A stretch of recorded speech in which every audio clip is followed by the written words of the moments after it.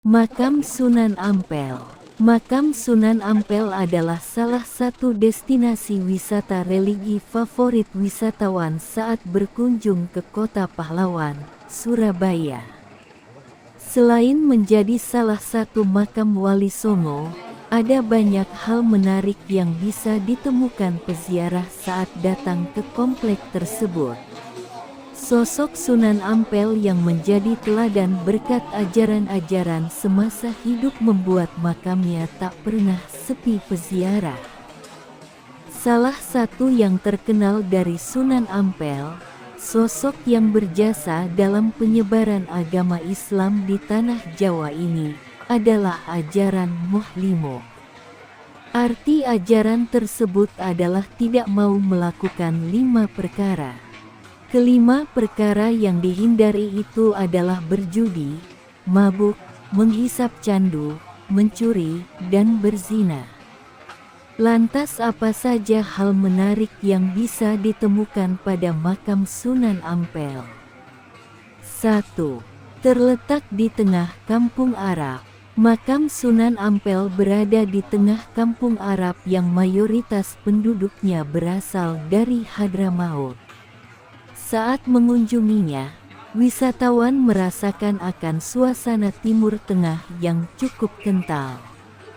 Makam Sunan Ampel sendiri berada di kawasan Masjid Ampel yang didirikan pada abad ke-15 saat Jawa Timur dikuasai Kerajaan Majapahit. Untuk masuk ke kompleks makam tersebut, wisatawan harus melewati perkampungan yang penuh dengan pedagang kaki lima di sepanjang jalan. Di kompleks ini pula terdapat makam pahlawan Indonesia, yaitu Kiai Haji Mas Mansur. Alhasil, siapa saja yang datang bisa mendapatkan banyak hal selain hanya berziarah ke makam Sunan Ampel.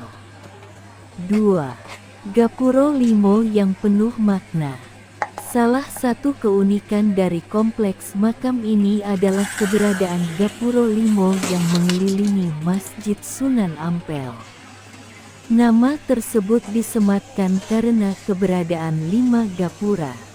Menurut Mufida Kartikasari dan kawan-kawan, dalam hubungan antara karakteristik masyarakat dengan bentuk partisipasi pada pelestarian pusaka di Jurnal Planning for Urban Region and Environment 2019, masing-masing gapura di sana memiliki nama dan makna yang berbeda. Gapura pertama adalah Paneksan, pintu memasuki area makam. Gerbang kedua bernama Madep dan menghadap ke arah kiblat yang melambangkan rukun kedua agama Islam, yaitu salat. Gapura ketiga adalah Ngamal, melambangkan rukun Islam yang ketiga yaitu zakat. Wisatawan juga akan menemukan kotak amal di dekat gapura satu ini. Gapura keempat adalah Poso, melambangkan rukun keempat Islam yaitu puasa. Terakhir ada Gapura Lawang Agung atau Munggah yang memiliki anak tangga dan melambangkan rukun Islam kelima, yaitu kewajiban menunaikan ibadah haji. 3. Kisah di balik 9 makam Mbah Soleh. Merujuk pada laman Direktorat Warisan dan Diplomasi Budaya Kemendikbud Republik Indonesia, Mbah Soleh adalah salah satu murid di pesantren yang didirikan Sunan Ampel. Kabarnya, beliau adalah murid kesayangan yang telah masuk pesantren sejak usia 6 tahun. Semasa hidupnya, Mbah Soleh dikenal sebagai pribadi yang santun, rendah hati, tekun belajar, dan rajin beribadah. Pada suatu waktu, Mbah Soleh remaja memutuskan untuk membersihkan masjid pesantrennya karena terganggu dengan kondisi yang kurang terawat. Kebaikan yang awalnya dilakukan diam-diam setiap pagi itu akhirnya diketahui Sunan Ampel dan santri lainnya. Sejak saat itu Mbah Soleh dibantu santri lain untuk membersihkan masjid agar jemaah khusyuk melakukan ibadah. Sayangnya saat Mbah Soleh meninggal dunia, masjid pun kembali tak terawat. Suatu waktu saat Sunan Ampel teringat muridnya itu dan mengharapkan kehadirannya dalam hati, tiba-tiba muncul sosok mirip Mbah Soleh. Sosok tersebut hadir dan meneruskan kebiasaan baik Mbah Soleh, yaitu menjaga kebersihan masjid. Namun, tak lama sosok tersebut meninggal dunia dan dimakamkan di samping makam Mbah Soleh yang pertama. Kejadian misterius itu terulang hingga 8 kali setiap Sunan Ampel mengharapkan kehadirannya. Hingga akhirnya saat sang guru meninggal dunia, sosok itu pun menyusul dan dimakamkan untuk ke-9 kalinya. Oleh sebab itu 9 makam di kompleks tersebut dipercaya sebagai makam Mbah Soleh. 4. Kisah Mbah Bolong, bikin lobang di masjid dan melihat Ka'bah langsung. Penunjuk arah kiblat di masjid ini dikisahkan berasal dari Mbah Bolong. Ia dikenal dengan nama Mbah Bolong dan merupakan sosok yang memiliki karamah unik, mampu melihat Ka'bah di Arab secara langsung dengan mata telanjang lewat masjid yang ia lobangi. Padahal tempatnya di Surabaya, Jawa Timur. Bagaimana kisahnya? Cerita ini terjadi pada masa Sunan Ampel, salah satu wali Songo yang menyebarkan Islam di tanah Jawa.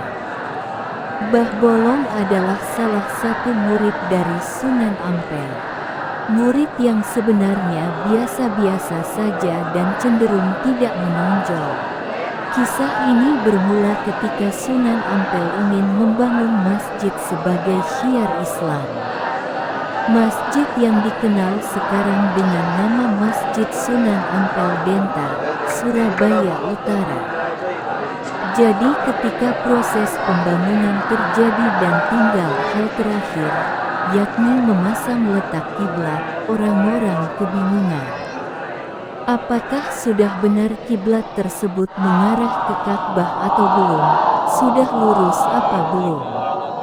Pada zaman itu, diperkirakan tahun 1441 Masehi, tentu saja belum seperti saat ini yang mengenal peta dan piranti kompas maupun hal mendukung lain terkait keberadaan Ka'bah. Karamah Mbah Bolong. Mbah Bolong yang nama aslinya Sonaji ditugasi oleh Sunan Ampel untuk mengetahui kiblat. Setelah selesai, orang-orang masih ragu.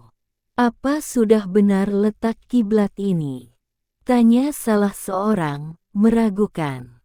Mbah Bolong tidak tinggal diam. Ia tersenyum. Lantas, melangkahkan kaki menuju tempat imam di masjid tersebut. Lantas, Mbah Bolong pun berhenti, tepat di dinding Masjid Sunan Ampel dan melobangi masjid tersebut dengan tangannya. Sontak, dari lobang tersebut ada kejadian luar biasa dan bikin geleng-geleng kepala. Dari lobang yang dibuat Mbah Bolong, tampak Ka'bah di Masjidil Haram, Makkah, dan orang-orang bisa melihatnya secara langsung dengan mata telanjang. Setelah peristiwa ini, orang-orang tidak lagi meragukan Mbah Bolong dan letak kiblat Masjid Sunan Ampel. Kiblat yang sampai sekarang tidak berubah. Makam Mbah Bolong sendiri berada di area pemakaman Masjid Sunan Ampel di Surabaya, Jawa Timur, dan selalu diziarahi umat muslim setelah berziarah ke makam Sunan Ampel.